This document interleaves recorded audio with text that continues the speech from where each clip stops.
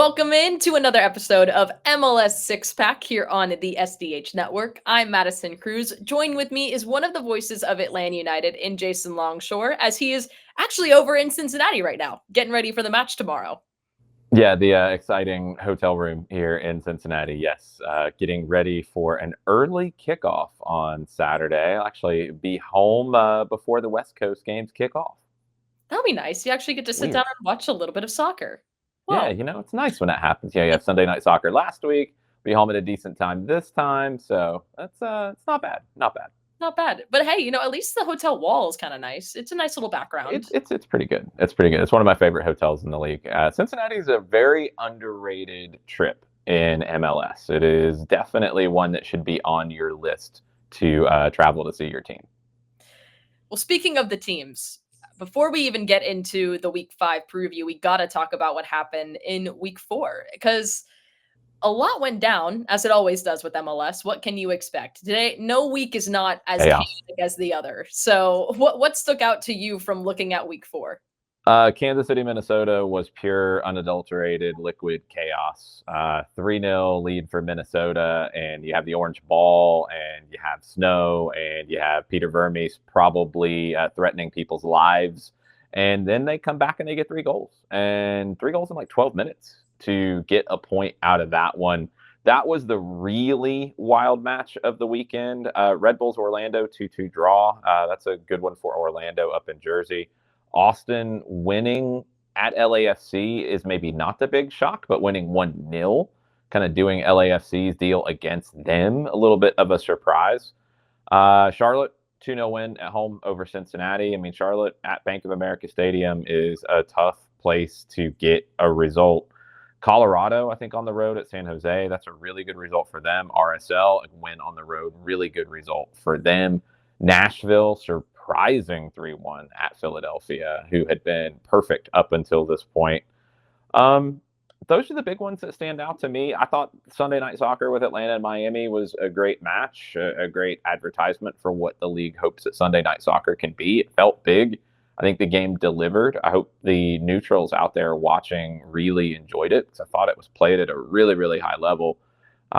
That's what you want out of Sunday Night Soccer. You want it to be a showcase, and I felt like this one was. So all in all, a really good week around MLS with lots of different things to dig into.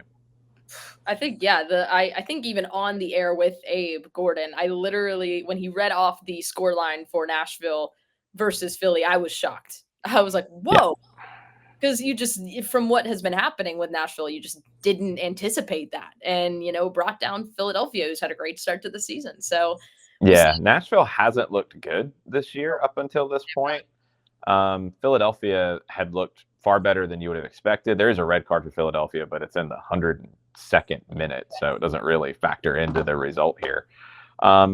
Really surprising, and it's something that maybe we've been too harsh on Nashville. Maybe Philadelphia, we're overhyping a little bit because of 3 results. That's what happens early in the MLS season. I mean, we're seeing it in Atlanta. We're seeing it in different places around the league. You're going to draw conclusions after 4 games, but they might not be correct. And I think maybe what we've seen with Nashville and Philadelphia kind of tells you that pump the brakes on both sides. Let's see a little bit more of both of these teams before we have a little bit better understanding of what they're going to be with new managers in both places. And speaking of momentum, as much as a team can have all this momentum and go, there's something that could easily stop it. And this is one of the rare occasions, especially in MLS. We got an international break as well as league play is happening at the same time. When you look at this international break, and almost, I believe every team in MLS has at least one player gone for international duty. Mm-hmm. How does a team navigate going through this, and how can it impact a team where maybe they do have the momentum in their favor and then they have to change a roster, or they don't have the momentum and then they're able to somehow manage to come up with a win with a depleted roster? So much of it's down to who you're missing, what positions you're missing, and what your depth looks like. It's a good thing that MLS has so many guys who are getting called up. I think it says a lot about the quality of the league. I really want the league. I want FIFA, first off, to reduce the number of international breaks. So there's too many. There needs to be fewer. There needs to be a real conversation about with UEFA, with CONCACAF. I mean, CONCACAF created Nations League because you had to create something for teams to play because they weren't getting the friendlies with the European countries anymore because of UEFA Nations League. So there has to be a conversation about what the international calendar looks like. And that needs to be had now to take effect after the 26 World Cup. But as it currently stands, MLS is in a tough spot. You have to make a decision with this window specifically. The fall windows you're not going to play through because it's in the crunch time of your season. There's 3 in a row, which is stupid. That needs to stop.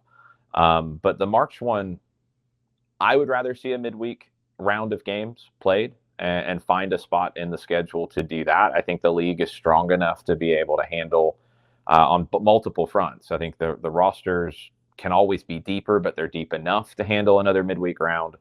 You have attendances that are strong enough in most markets to be able to handle a Wednesday game where you'll have a little bit of a dip, but it shouldn't be catastrophic like it would have been in the past.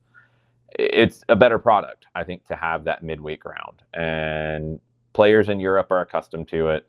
Players in South America are accustomed to it. Top players at top clubs are accustomed to long stretches in the season where they're playing that 3 games in 7 days kind of deal. And MLS, you can deal with that, and you should. And maybe that'll push the rosters to get a little bit bigger. Maybe that'll push easier to call guys up. There's different things that can happen as a result, but I'd rather see that than playing through the international break because, Atlanta and Cincinnati, it's not an even matchup in terms of how many guys are going to be missing in this game. Cincinnati's missing a big one in Kevin Danke up top. You're missing him. You have a red card suspension, which could happen anytime. You have injuries, which could happen anytime. But Atlanta's missing 5 center backs, like 5 in the club. And that is very hard to overcome, along with 5 other guys from the first team and the second team that are going to be gone. Some teams are missing 1 guy. Some teams are missing 5. Some teams are missing multiple. Some guys are missing, 1 youth player. So it is a little bit of the luck of the draw as to how this week will go. It's very hard to predict because of that. There are some bigger absences that will affect teams more than others. But I hope that, and maybe this changes with a change to a different calendar if that happens on the MLS side. But FIFA needs to have a big picture conversation with the confederations. They all need to come into alignment for the next cycle through 2030, through that World Cup. And then once you know that, then MLS can make its plan. And I would much rather take a midweek round and compress the schedule a little bit more in a portion than have a round like this that is, it's just so much down to the luck of the draw as to who you are playing, as to what your chances are of getting results. I agree with you. I think we've seen there be multiple midweek matches in MLS, sometimes almost back to back. You'll have one week where it's double match week, 1 week where it's 1 match, and then go back to another double match week. I think you've seen it. And, you'll hear soon when I talk to Joshua Ray about Vancouver here shortly in the episode. We talked about that. He talked about how Vancouver and a lot of the players actually thought having those games back to back with CONCACAF Champions Cup and regular league play has helped them actually show momentum. And I think that would be much more beneficial for MLS to do the same thing, especially dealing with the amount of turnover. And it's great that the league is getting so many players brought up. But I think with that growth, you also have to then readjust how you look at the international window. I totally agree. And I hope it's something that once you get through next year with a very different calendar with a World Cup smack dab in the middle of it, once you get through that, you create your plan going forward, put the pressure on FIFA, I think, to reduce the number of international breaks. But once it's established what it will be for the next 4 years, adjust accordingly and throw another midweek in. That's what I'd rather see. Well, we talk about the midweek, a lot of talk about it. There was also something else that happened midweek as well.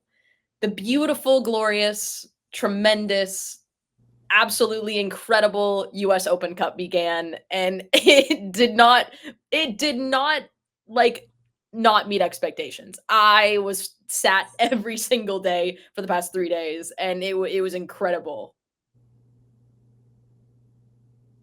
Yeah, it's just an amazing event. And I think what's so cool about it is you get some of these matchups that you'll never see on a regular basis. And you get to see players who you've never heard of make a name for themselves. You get to see some of these things like the Chattanooga Red Wolves having a red card in the first half and coming back and surviving, and a backup goalkeeper coming into play on the field and converting in a penalty shootout, and they win on the road.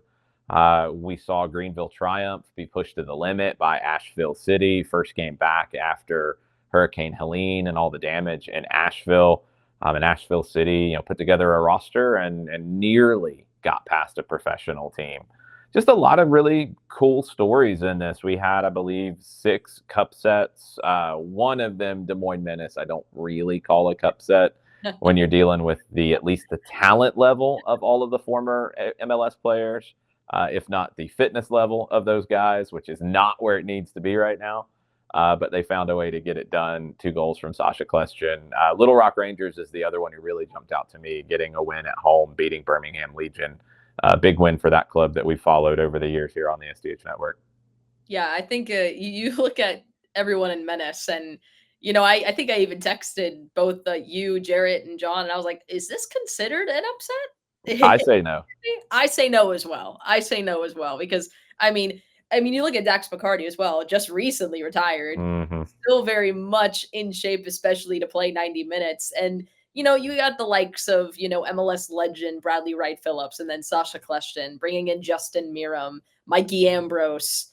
You're bringing in all of these legends that come in, and they're able to put together a solid performance in the U.S. Open Cup. Yeah, it's a cool story. Like, look, is it the best situation in the tournament to have an amateur team that qualifies with college players the previous season, and then they bring in a bunch of former pros to play here? It's different. It's kind of the nature of how U.S. soccer is with the summer league teams. And this has been an evolution with the Open Cup over the years, where it used to start a little bit later, and it was really geared around those teams that only play in the summer. Well, soccer's year round, and it needed to go in this direction. But that puts a Des Moines Menace and USL League Two and the NPSL teams that only play in the summer and bring in college players. They can't get those players right now, so they have to figure out something. Some clubs like Asheville is able to bring in Simon Carlson, who we know well from his time at Georgia State. Simon graduated from West Virginia, so he's free to play, and he hadn't signed a pro deal, so he was available, played for Asheville in this match. We'll see what happens with Simon next. Others, build more of a local roster. It's something that is now a necessary part of it with that big picture calendar that we talked about. You got to have the Open Cup start earlier. Games got to get spread out a little bit more for it to fit into league seasons for MLS, for USL Championship, for USL League One. And it's something that I hope to continue to see grow. And it's something that I hope, talking about calendars, I hope that MLS is back in it in full sooner rather than later. There is some things that need to improve about the tournament. I know that's something MLS has pushed for in terms of standards, in terms of making it make sense. But then the counter for me would be, I'd rather see MLS teams in and them have the choice to play their second teams in games if they need to, if they want to, depending on what their calendar looks like, depending on what their availability looks like. And that would include being able to play amateur players, amateur in terms of academy players. That's something that does revolve around NCAA rules. I feel like NCAA rules are a whole different category now with NIL and all of that. So it should be a conversation. It should be had. Everybody should be in it. And if an MLS team says, you know what, we're going to play our entire second team in this game, so be it. We see it in cup competitions all around the world. So that should be the requirement. That should be the rule. But right now, there's some things that make it difficult for MLS teams to be able to participate in it in the way that they should be able to choose how they do it. So NCAA, U.S. Soccer, everybody needs to get to that table and get it sorted out. So everybody is in the cup. And, maybe we get to see a situation where Atlanta United is in the cup and Io Akintobi has a great match and turns a lot of heads playing in that game because you want to rest Brooks Lennon and Ronald Hernandez. That's how it should be. So let's see that, get it done U.S. Soccer, get it done NCAA as well, because that's a big issue with it. And let's get more chaos in the Open Cup going forward. More chaos. We'll get the roundtable set, get everyone involved, and get ready to go. But before we get to the interview with Joshua Ray from Terminal City FC, there was a bit of breaking news as well earlier this week. This happened Thursday. Charlotte FC have signed head coach Dean Smith to a new contract through the 2027 MLS season. It makes total sense. Look, he got them into the playoffs last year. They were this close to getting past Orlando. They got wins at home this season already over Atlanta and Cincinnati. This is a guy who has elevated the club. He's brought them some necessary stability after not having enough of that early on. So it makes total sense. I do have an issue, though. The birthday tunnel deal that they posted this week with Dean Smith celebrating his birthday, going through the tunnel, but basically not letting anybody slap him. Don't go through the tunnel then. Like, it looked really silly. Like, you can't strut through the tunnel. I mean, if you're going to do that, then at least make it like Soul Train or something. Come on.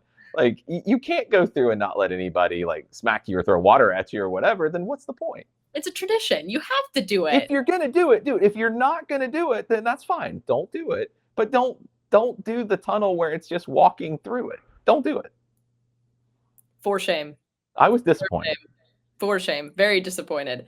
But what will not be disappointing is this upcoming interview with Joshua Ray. Great conversation with him. So I'll stop talking and I'll go ahead and toss it to him. Joshua Ray of Terminal City FC podcast. Joshua, thank you for joining us as well to talk a little bit about the Vancouver Whitecaps and what they've been doing this season. Yeah, thanks for having me. I think for starters, I mean, you look at last season and what Vancouver was able to do. They were the 8th seed in the Western Conference. And now coming and looking at what they've done so far in the first 5 games of the season, I mean, what stands out to you? What's so different about what we saw from 2024 to now? There's a lot of things. And I guess first of all it's the system. New coach Jesper Sorensen. Last year under Vanni Sartini, it was more counterattacking, more transition based. This time it's more possession based, control and everything. And there's also been a less reliance on just Ryan Gauld and Brian White for scoring goals. The Whitecaps have had at least 8 different goal scorers, and at least half of them have been from center backs or defenders, which is a very nice thing to see. But no one expected a start like this. No one expected the team to be playing this well this early in the season, especially with the amount of injuries they have and all the games they played. It was like 8 games in 23 days with Champions Cup and everything. But it's just refreshing, nice to see that the Whitecaps are top of the table. Like 4-0-0 is an outstanding record, and bigger tests await with Chicago this weekend here in Vancouver. And the Whitecaps will be even more depleted with international call-ups as well. Yeah, I think I was looking at the list that MLS released about like every team like who had like some missing, and I believe you guys have 4 players that are missing, key players also for your squad. I know that's the same thing with Atlanta too. I think it's the same for a lot of different teams. You're dealing with so much of that turnover, but from what you've seen from the roster and who they have, who's going to step up in those places this weekend against Chicago? I'd go with Sebastian Berhalter, of course, the son of Chicago's head coach. The Berhalter Ball, as they're calling it this weekend. But I love it. But he has, really improved ever since he came to Vancouver in 2022. Last year, especially, just a really good number 8. He can defend, can win the ball back, which is something Sorensen has really harped on, winning the ball back as quickly as possible. Provide service and can score the occasional goal. So I'm sure the Whitecaps will be relying a lot on him to hopefully get some more points on the weekend. And I mean, the Whitecaps are also looking to be a part of history this season as well, especially the longest winning streaks to begin an MLS season. They have 4 right now. and Yeah. trying to get to the point where hopefully they'll get up closer to LA Galaxy, who has 8, and that was in 1996. I mean, it just goes to show the fast start that we've seen from the Whitecaps this season. What have you seen from, whether it's at training or on the field or anything you've seen? How have you seen the team really buy in to what this new head coach wants to do? Everyone, yeah, like you said, everyone just bought in. Everyone is on the same page. I mean, even going back a few years under Vanni Sartini, the team was very unified. We play for each other, not for ourselves type of mentality. And when Sorensen came in, different system, but he spent 3 weeks with the club in Marbella, Spain to get everyone adjusted, and that really helped. And everyone's on the same page. Players talked about like, yeah, I like the system. The system's good. It suits me. We're like Sorensen even said after the Dallas game, yeah, we have a perfect record, but we're not a perfect team. We want to get better, which is pretty much the mentality of the entire team right now. And I actually spoke with the assistant coach Michael D'Agostino yesterday from my podcast, and said he pretty much reiterated the same thing, that tougher times are up ahead, and it's up to us to how to handle them, because can't control call ups and injuries. It is what it is, and you have to go through them. You will take the plug. You should go check out that interview. That is on Terminal City FC Yep. podcast. Go check it out. This is the plug to help you out as well. That, because I actually listened to a little bit of it as well before hopping on with you. But it's so interesting, especially when you look at this season, I think, in MLS, because of how many new head coaches are joining in, and there's so much turnover and then so much new players coming into the fold. What do you think, looking at this Vancouver team? I know that the head coach and everyone there is also talking about, there's still a whole bunch of season left and things to improve upon and get better. What are some things that you want to see the Whitecaps continue to improve upon as the season goes on? Just overall consistency. So far, we've seen that, and 4-0-0 is a great start to the season, as I said. But Sorensen has talked about we need to be better in certain areas, like the attack, because the Dallas game, they could have been up 2 or 3-0 by halftime, and I guess something that they should work on is being more clinical. It's going to be tougher now with Brian White on international duty. Good opportunity for former Atlanta United striker Daniel Rios to really show what he can do, because we haven't really seen him that much. And Sorensen, as I said in the past, there are times where the defending can get sloppy. The Montreal game came to mind, but thankfully Montreal didn't score. So just certain areas, like the little things that they need to work on to have a more cohesive, consistent game. And so far, we've seen that has been more positive than negative, obviously. But again, Chicago this weekend, first real test of the season, and hopefully that they won't stray from what made them great so far this season. We talked a little bit about it earlier. I want to bring it back up because I think the most exciting game for me in the CONCACAF Champions Cup was watching the Whitecaps versus Monterrey in that last one in leg 2. Ton of fun. And I just want to talk about that journey, watching that unfold with Vancouver, and now they're making it to the quarterfinal. What was it like just watching all of that go down with the Whitecaps? It's something special. I've been a fan of this team since they came into MLS. I've been covering them since 2022. They have not beaten a Mexican side in the Champions Cup, let alone in Mexico. And first leg against Monterrey, they could have won. They could have blew Monterrey out of BC Place, but they just couldn't finish their chances, except for that Bilal Halbouni header from the free kick late in the game. One of the best performances you'll ever see from the Vancouver Whitecaps in that first leg. Second leg went down early again due to some sloppy defending, but the more they got into the game, they just settled down and let themselves play the game they wanted to play, and frustrated the hell out of Monterrey. And just players rose to the occasion. like Eddie Ocampo, what a way to get your first Whitecaps goal. And then Brian White, of course, just leaving Sergio Ramos in the dust all alone. It's something that many Whitecaps fans will never forget.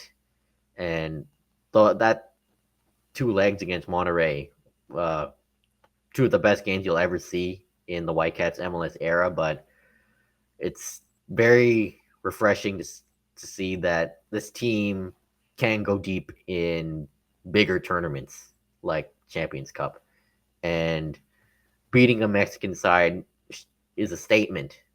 It shows that this is an elite Vancouver Whitecaps team. This is a team that can go further in tournaments and can make some noise in MLS and hopefully in the playoffs. But Pumas in a few weeks, that's going to be another tough test. They were here for Leagues Cup last year and beat the Whitecaps, so they're not done yet. They're going to go as far as they can go, and hopefully they put up a stellar performance against Pumas too. With having so many games, especially with Champions Cup, as well as playing in the regular season, do you think that it's almost been helpful to have that like balance and having a lot of those games to realize the depth that you have, especially heading into the international break and this window of games? Yeah, players have talked about they liked having all these games coming quickly because it helps them be more focused in training and heading into games. And yeah, you're right. It does show the depth of the squad. Like we're seeing guys like Halbuni and Ocampo score goals, and players like JC Ngando, who was on loan with the USL Las Vegas Lights last year, is really starting to find his place in the team. And it goes to show that there is depth in this squad and they're all stepping up, which is very nice to see because that has been an issue in past seasons, especially late last season with all those injuries and call-ups. But the team has handled it well. And speaking of depth, they still have not seen Emmanuel Savvy, who they signed from Ligue 1, because he's still dealing with an injury, but it's possible he could play tomorrow, as Sorensen did say he is training. But yeah, with all those games, it was kind of like a blessing in disguise for players who don't play a lot to really show that they belong on this team. And seeing guys you don't expect to get on the score sheet is just really nice to see. You mentioned what Sorensen said this week to you guys in media availability. What is it, the overall vibe from him heading into this match against Chicago, and what do the Whitecaps need to do to secure a win at home? He's pretty much said like we're happy where we are, but obviously we want more. And again, another tough test with everything, and it's pretty much the same. Stick to the game plan. Approach it like every other game. And this week they've had more time to train and talk tactics and all that, as Michael D'Agostino told me yesterday. So pretty much the same. They're just looking forward to Chicago and trying to stick to the game plan because if they don't, then it could be first loss or first draw of the season. But given the circumstances, a draw would be fine. But obviously they want the win. Oh, they're at home in front of the fans, and they have a chance to make a further statement that they aren't a team to be messed around with. Is there a player for you that has surprised you in a way that you've seen so far this season, or a player that just you've seen a lot of that you really enjoy and are excited to see the growth? It's Pedro Vite by a mile. It just felt like he has taken his game to another level this season. Because in the past seasons, it wouldn't take him until June to really find his game for whatever reason. But right from the get-go against Portland, it's just like we're seeing a more mature, a less frantic, more experienced player in Pedro Vite. Like the way he can progress the ball and win it back. I guess the system also really suits him because he can be that number 8 and be more, dynamic with the ball and less reliant on tracking back and defending. So like Vite has just really taken his game to another level this year, and he's been just one of the key players on why the Whitecaps are 4-0 and 0. Fortunately, he won't be playing tomorrow as he's on international duty with Ecuador. I always love this time because I always like getting to see like the depth of each squad, especially in international break. I know a lot of people obviously don't like it. That's fair. I'm not a fan of it either sometimes, but I think it's going to be exciting to see what the depth of each of these teams can do, especially with what you guys are building over there at Whitecaps. I want to go back before I let you go as well. Going back to the quarterfinal, looking ahead to Pumas in Vancouver, that's going to be first leg is going to be at Vancouver. That is going to be April 2nd at 9:30 p.m. I mean, build up to that, going up against Pumas, the history that's already there. I know it's a little early on to be thinking about it since, you do have a league match here in the next week and also another week before it happens. But what's the anticipation? What have you heard from the fans, especially heading into that quarterfinal game and just the excitement of getting the chance to host that? Yeah, it's exciting. A lot of the fans are saying, "Oh, we beat Monterrey, and let's see what we can do against Pumas. Bring it." We play like the way we played against Monterrey, as by what I've been reading. There's no reason why they can't beat Pumas. And there's also excitement, like if they beat Pumas, they would have to be hopefully drawn against Inter Miami and Lionel Messi, who obviously didn't show up last year for the MLS regular season. And this time he would have no choice but to show up. Well, unless he's injured, of course.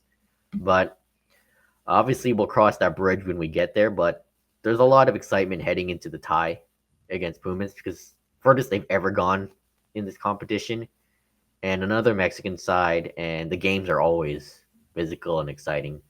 So a lot of excitement for another tie against the Mexican side. Before I let you go, one thing, MLS six pack. We'll do a quick preview of everything going on with what's happening in MLS. Is there a game besides the Vancouver Whitecaps game against Chicago? Does that stick out to you looking ahead at the schedule for the weekend? Let me think here. I know I put you on the spot a little bit. MLS always has good matchups every week. And this week, a lot of teams are missing players, which makes things even more interesting. Probably go with Cincinnati, Atlanta. I'm intrigued what Atlanta's done in the offseason. Looks stronger. Contender now with Latte La and Almiron back. So I'll go with Cincinnati, Atlanta, and especially now with Cincinnati, just, they lost Lucho Acosta, brought in Evander, but haven't had the greatest start to their season. Perfect. Awesome. Well, Joshua, thank you so much again for joining us here at MLS Six Pack. We'll hopefully have you on here again as we talk about the quarterfinals for CONCACAF Champions Cup with Vancouver. Yeah, thanks for having me. Once again, huge thank you to Joshua Ray for taking the time to chat with me earlier today, talking about the Vancouver Whitecaps, which, I mean, for me at least, breaking waves. They're top of the East of the Western Conference right now, and they're doing amazing in CONCACAF Champions Cup. So it was great to get to hear his insight on what he's seen from the team and hopefully what we can expect this weekend as they face Chicago in the Berhalter Bowl is what they're calling it. Yeah, that's a team that I've really enjoyed getting to see this year in Vancouver. I really like the MLS scheduling each weekend right now. I like that the games are spread out. I like that you're getting games in unique time slots. I love the Sunday night soccer idea because I feel more connected to the league. For the last couple of seasons, it felt really hard to keep in touch with the Western Conference if you were in the East and everybody's playing at about the same time and just difficult. So I've really enjoyed getting to see more of the games, and Vancouver is a team who has grabbed my attention. I like what they're doing. They're a fun team to watch. Ryan Gauld getting back from injury will be huge for them. But that's a team that, they're setting historical records right now with 4 wins out of 4. And we see what happens in the Berhalter Bowl this weekend. Berhalter Bowl, that is going to start at 10:30 p.m. on MLS Season Pass. So we'll go ahead and get to the schedule now as we will take a look at everything. So We'll go ahead and mention this, but we're going to wait until later on to chat about Cincinnati versus Atlanta. That's going to be at 2:30. They're going to start the day, so we'll come back to that. We'll talk a little bit more about that later on. We have to tease it a little bit because, we can't release it all right now. Of course. Then that'll be a, 2-hour long episode, and we can't have that. Not yet. No. Moving on, at 4:30 p.m., we have Minnesota hosting LA Galaxy. Yeah, it's one where, this is talking about luck of the draw. Galaxy are pretty much unaffected by call-ups, and Minnesota's missing Dane St. Clair and Tani Oluwaseyi with Canada and Robin Lod with Finland. So, it's Galaxy on the road. Maybe that negates it. We'll see. But Minnesota has a lot of questions to answer lineup-wise with guys missing. Moving on to 7:30, a lot of games during this time slot. It is Charlotte hosting San Jose. Yeah, Charlotte and San Jose, it's a matchup you're not used to seeing. It's when we get some of the East-West games. It's fascinating. Joseph Martinez with Venezuela tonight playing in Ecuador, big game for them in World Cup qualifying. Charlotte's missing Tim Ream and Patrick Agyemang and Leo Labada. So I feel like Charlotte will do what they've been doing at home. They'll be maybe even a little more defensive in this one. They will look to hit on the break. They'll look to play over the top. Who's going to replace Agyemang? Who's going to be that danger man up top? It feels like, and sometimes we see this during these international breaks, where you're missing key figures and you don't really have a replacement, or you don't really have a different way to play. Sometimes you get some games that are a little lower scoring, a little more difficult to call. I think Charlotte will get the win. I think they'll find a way, but I don't think it will necessarily be a pretty match for the neutral. Up next, we have Columbus Crew hosting NYC. Columbus missing Schulte, Arston, Farsi, NYC missing Alonso Martinez. Columbus has such an embedded style of play that quality will dip with missing some of those guys, but they'll still play the way that they play. So at home, I think the Crew will be okay, and they will find a way to get a win. New York Red Bulls hosting Toronto. Red Bulls coming off of a 2-2 draw at home. Toronto, that's just what happens when we talk about Toronto. Red Bulls at home should win this. Toronto, the story that I thought was so interesting this week is there were reports out of Toronto that they tried to trade Lorenzo Insigne within the league. And to where is my first question, and what fell apart? By all accounts, he's training and doing everything right as a professional, but, he's not going to stick around, and he turned down moves to leave, so he's just training on the side. You get to a point where it's really hard for Robin Fraser not to just pick him and play him, even if it's not for a long-term situation. If everything is going the way that it's being described off the field, and he's being a professional, even if everybody knows, like, hey, this relationship is not going to last long-term, but he's doing all the things professionally correct, at some point just play him. I'm surprised he didn't take one of the transfer offers, honestly, to go, knowing all of this and knowing where things were going to go, because it feels like a little bit of a waste at this stage of his career where he doesn't have a whole lot of time left. So that's a subplot to Toronto this year. And it sounds like it's not a distraction, which is even weirder. It's just there. So they're limited without him. They're limited with him taking up a designated player spot. Red Bulls win at home.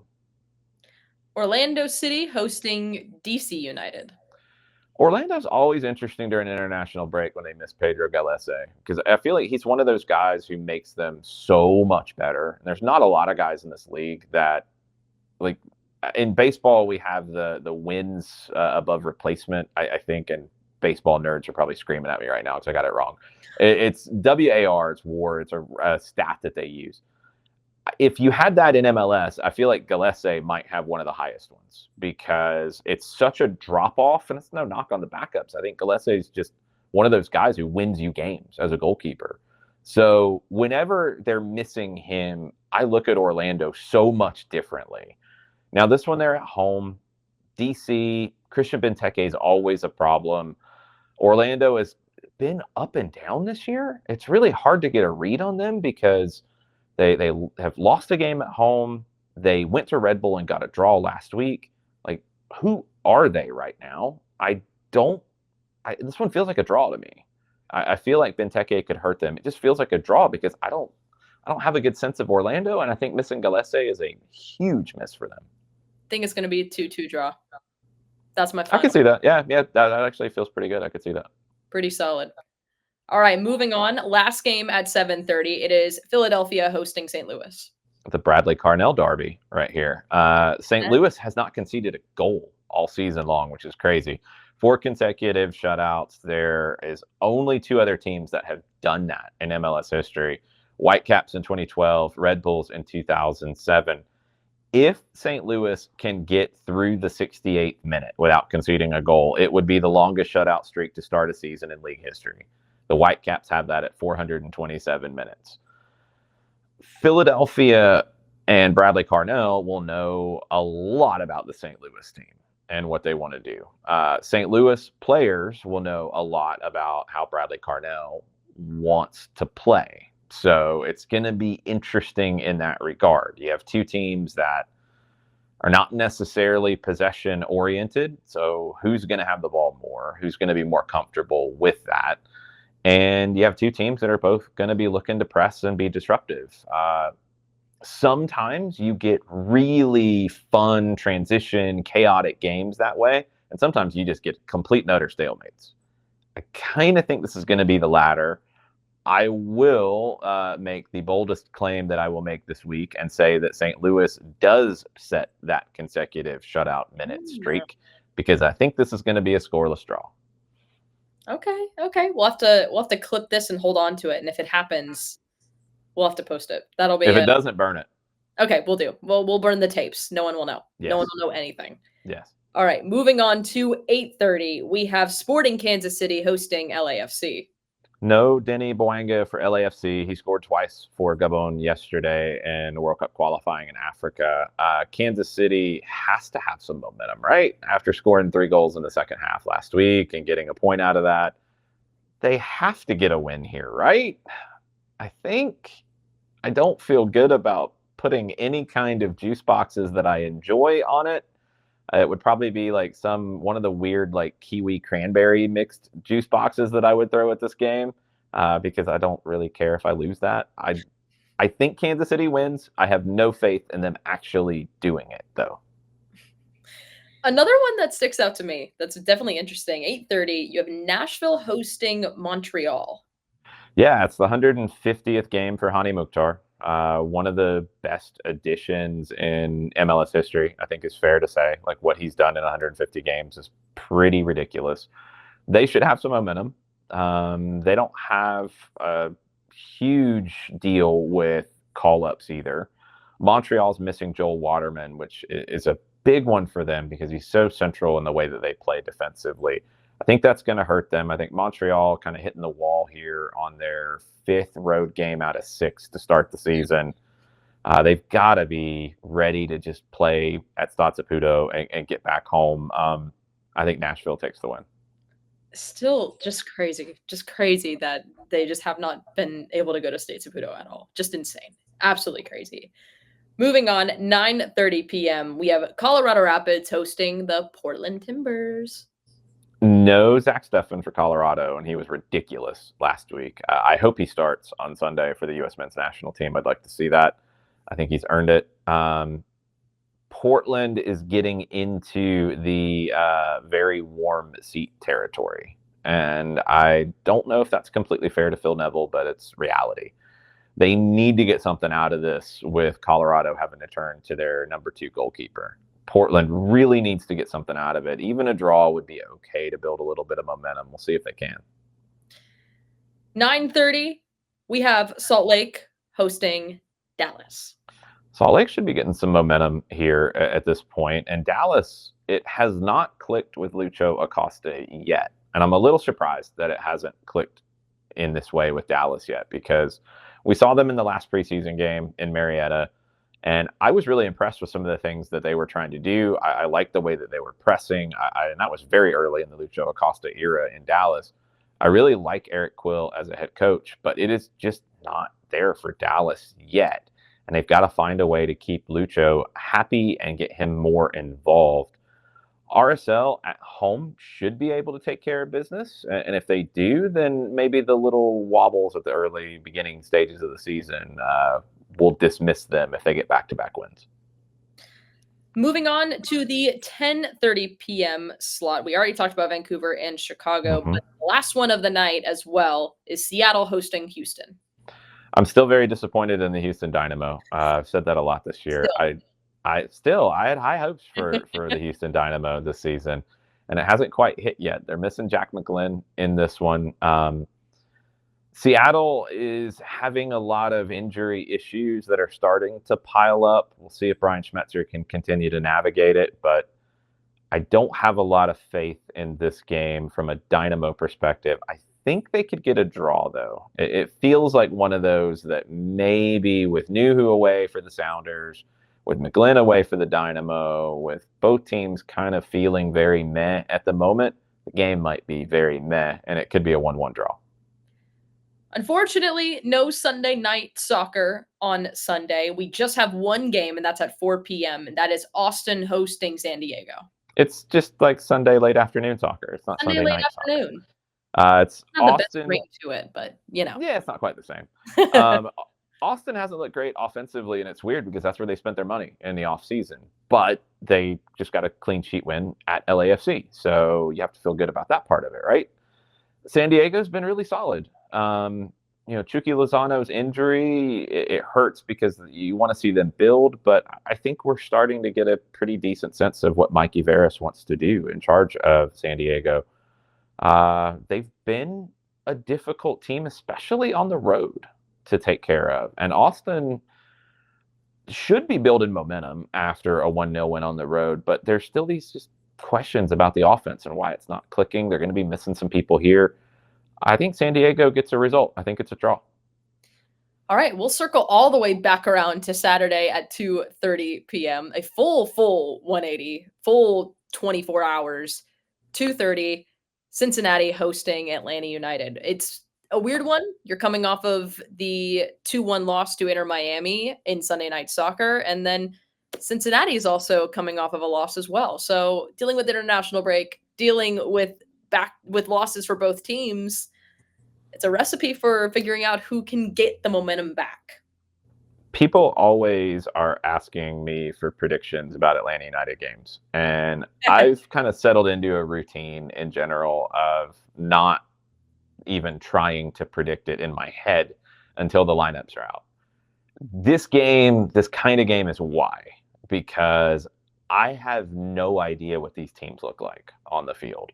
When you look at the guys who are away and you have the injury questions with Cincinnati combined with missing Danke, and you have all the different call-ups for Atlanta United and guys coming back from injury like Ronald Hernandez and Mateusz Klich, I don't know. I don't know what the teams are going to look like, so I can't really give you a prediction of it.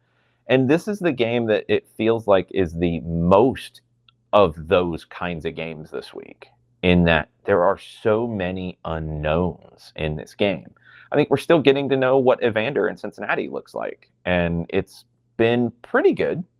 It hasn't been maybe everything that everybody expected it would be so far, and that's to be expected. Sometimes the expectations are too much too fast. We're seeing that here in Atlanta, right? I think with Miguel Almiron coming back, and he won't be here for this one. He's away with Paraguay trying to get them into a World Cup.